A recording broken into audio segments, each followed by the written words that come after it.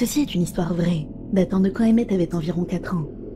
Selon sa mère, il souffrait à cette époque de troubles du sommeil et de quelques soucis psychologiques. Son père travaillait tout le temps et ne se souvenait pas beaucoup de cette période, mais sa mère et son frère, eux, s'en rappelaient. Selon eux, chaque fois qu'Emmett passait devant une maison vide, il sonnait à la porte en disant « Peekaboo va ouvrir la porte ». Il racontait aussi que parfois, il fixait un couloir en murmurant « Peekaboo est là-bas ». La silhouette qu'Emmett disait voir s'appelait Peekaboo. C'était un garçon aux cheveux en bataille et aux vêtements déchirés, comme une poupée usée recousue. Il criait « Peekaboo » d'une voix aiguë, et rien qu'entendre ce cri lui faisait froid dans le dos. Les moments les plus effrayants étaient quand Emmett se réveillait en hurlant, comme si ses poumons allaient exploser. Sa mère accourait alors vers lui, et il lui disait en pleurant que Peekaboo allait venir pour lui. Voici ce dont Emmett se souvenait. Il dormait dans la chambre principale, une pièce carrée avec sa propre salle de bain. Peekaboo se tenait silencieusement dans l'embrasure de la porte de la salle de bain, le regardant. Puis soudain, il se précipitait vers lui en criant « Peekaboo !» C'est à ce moment-là qu'Emmett se réveillait. Ça a duré 2 ans, puis brusquement, ça s'est arrêté aussi vite que ça avait commencé.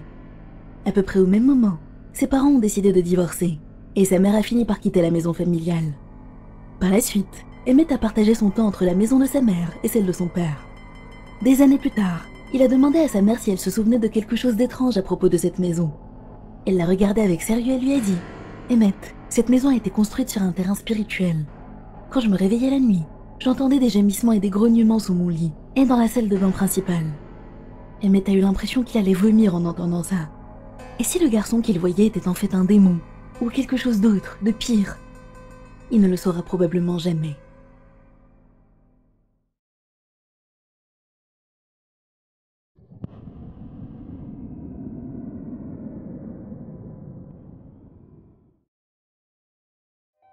C'est une histoire que la grand-mère de Maxime leur a racontée un jour, et qui s'est déroulée quand il avait 7 ans. Pour situer un peu le contexte, sa grand-mère, dans les dernières années de sa carrière, avait travaillé pour une famille prestigieuse.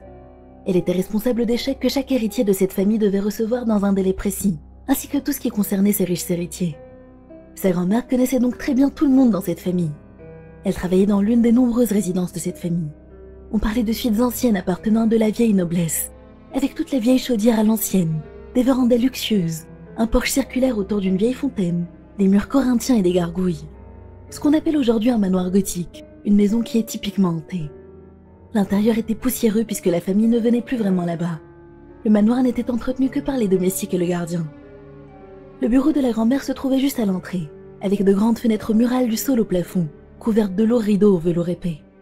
La vue depuis ces fenêtres s'étendait sur toute l'entrée principale, la fontaine, ainsi que sur la seconde entrée du jardin. Elle avait une vue pratiquement sur toute la propriété. Il fallait aussi savoir que les 2 seules entrées du manoir étaient gardées par des agents de sécurité. Sa grand-mère pouvait donc voir les personnes qui arrivaient avant même qu'elle ne frappe à la porte, puisqu'elle laissait toujours les rideaux ouverts. Après l'école, Maxime et son cousin de 5 ans venaient souvent de manoir au lieu de rentrer directement chez eux, car le gardien était gentil et les laissait jouer dans le jardin et sur l'allée. Mais ce jour-là, ils sont restés à l'intérieur, jouant près de la cheminée, juste en face du bureau de leur grand-mère. Ils se souvenaient l'avoir vue regarder par la fenêtre, puis se lever brusquement en leur disant que quelqu'un arrivait et qu'ils devaient bien se tenir. Elle est sortie par les grandes portes pour aller saluer 2 femmes qui venaient de franchir le portail. C'était étrange, car les gardes auraient dû la prévenir de leur arrivée, et elle aurait dû entendre le grincement des vieux battants les laissant entrer. Mais il n'y a pas accordé d'importance, et leur a offert un sourire, pensant que c'étaient les nouvelles héritières que son patron lui avait dit d'attendre cette semaine-là. Cependant, en s'approchant, sa grand-mère a remarqué que l'une des femmes la regardait fixement avec un air qui lui a glacé le dos, tandis que l'autre lui souriait très gentiment. Elle les a tout de même salués respectueusement, mais n'ont pas répondu et sont restés immobiles au milieu des escaliers. Ce n'est qu'à ce moment-là qu'elle a remarqué leurs vêtements. Cette histoire s'est passée entre 2008 et 2010, mais ces femmes portaient de longues robes noires à dentelle et col haut. Sa grand-mère a trouvé ça bizarre, mais les a invitées à entrer pour traiter la remise des chèques dans son bureau. Elle leur a tourné le dos, laissant la grande porte ouverte derrière elle pour qu'elle passe, puis a marché rapidement jusqu'à son bureau, passant devant Maxime et son cousin. Elle s'attendait à ce qu'elle la suive, mais plusieurs minutes ont passé sans qu'aucune des 2 ne soit entrée dans le manoir. Sa grand-mère a soupiré à regarder par la fenêtre pour voir où elles étaient, mais à sa grande surprise, elle n'a vu personne. Maxime ne se souvenait pas de beaucoup de détails, mais sa grand-mère lui a raconté que son cousin et lui avaient fixé la porte grande ouverte comme s'ils voyaient quelqu'un, et Maxime avait pointé la porte en demandant « Vous n'allez pas entrer ?» Sa grand-mère a tourné la tête vers la fenêtre, se demandant comment elle avait pu ne pas les voir. mais il n'y avait toujours aucune femme en robe ancienne à l'extérieur. Elle pouvait voir les portails depuis là où elle se trouvait, et perplexe, elle a vu qu'ils étaient fermés à double tour. Ces serrures ne pouvaient être ouvertes qu'avec des clés que seuls les gardiens et sa grand-mère possédaient. Inquiète, elle est allée vers la porte d'entrée, tandis que Maxime et son cousin continuaient de fixer l'extérieur. Lorsqu'elle s'est retournée, il n'y avait toujours personne derrière elle. Elle a regardé les enfants, confuse, mais ils étaient toujours en train de regarder quelque chose qu'elle ne voyait pas. Elle a regardé partout autour d'elle, paniquée, pour vérifier qu'elle n'était pas en train de devenir folle, que ce qu'elle a vu ne pouvait pas être ce qu'elle pensait. Arrivée aux grilles, le garde posté lui a demandé ce qui n'allait pas. Elle lui a tout de suite reproché de ne pas l'avoir prévenue de l'arrivée des deux invités. Le garde l'a regardée, étonné, et lui a dit que personne n'était venu de tout l'après-midi, et que le portail était verrouillé depuis le matin quand elle-même était arrivée. Elle a pâli et lui a raconté ce qui s'était passé, suggérant que les femmes étaient peut-être entrées par la seconde entrée du jardin. Mais le garde a insisté que c'était impossible, puisque cette porte n'était plus utilisée depuis longtemps et avait été scellée. La peur et le choc l'ont submergée, et elle a appelé son collègue pour qu'il vienne immédiatement parce qu'elle se sentait très mal. Elle n'arrivait pas à assimiler ce qui venait de se passer. Lorsqu'il est enfin arrivé, encombré de 2 gros cartons, il a remarqué sa pâleur. Il lui a demandé si elle avait besoin d'aide pour ramener Maxime et son cousin chez eux, car elle ne semblait pas bien. Mais il lui a dit que ça irait, et lui a demandé ce qu'il y avait dans les cartons.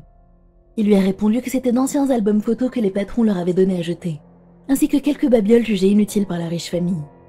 Ils ont feuilleté ensemble ces vieux albums, avec Maxime et son cousin. Ils étaient remplis de photos en noir et blanc datant du début des années 1900.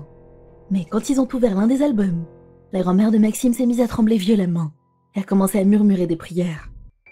Lorsque son collègue lui a demandé ce qui n'allait pas, elle lui a raconté l'incident d'avant et a dit « Ce sont elles », en montrant une photo datée de 1912, où 2 femmes bras dessus bras dessous, l'une souriante, l'autre fronçant les sourcils, portaient exactement les mêmes robes noires longues.